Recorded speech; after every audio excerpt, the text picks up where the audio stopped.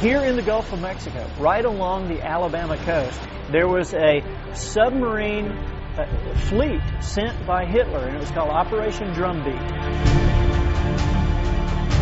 U-166 was part of that World War II fleet. With its Nazi flag flying high, the sub was commissioned in the early 1940s and sent to the Gulf to disrupt the flow of fuel and supplies to American troops overseas.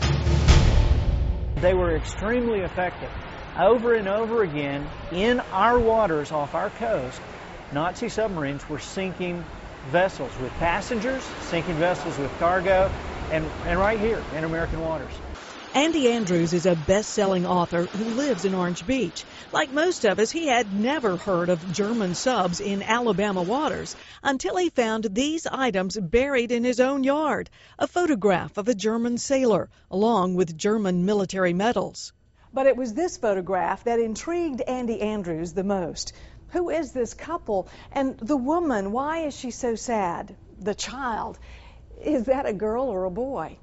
And most of all, how did this photograph, along with those German medals, end up buried along Alabama's Gulf Coast? All those questions led Andrews to write this book, The Heart Mender. It's based on a true story that begins on the U-166 sub just off the Alabama shoreline in 1942.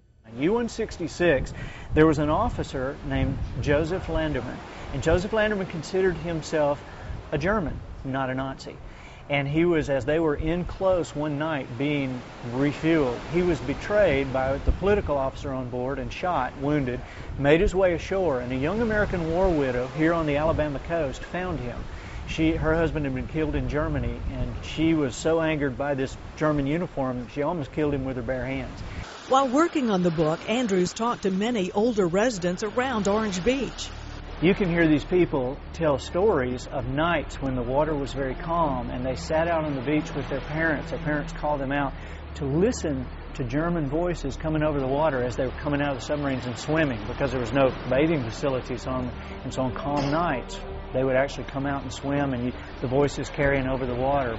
President Franklin Roosevelt's administration wanted to avoid panic in the Gulf and asked local newspapers not to report the sub activity.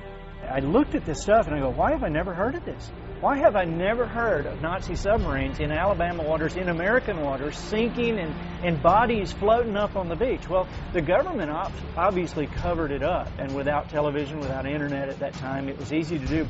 In 2001, the wreck of U-166 was discovered at the bottom of the Gulf by BP workers laying a pipeline. It is very close to the infamous leaking oil well. Today, U-166 is left undisturbed, a military tomb.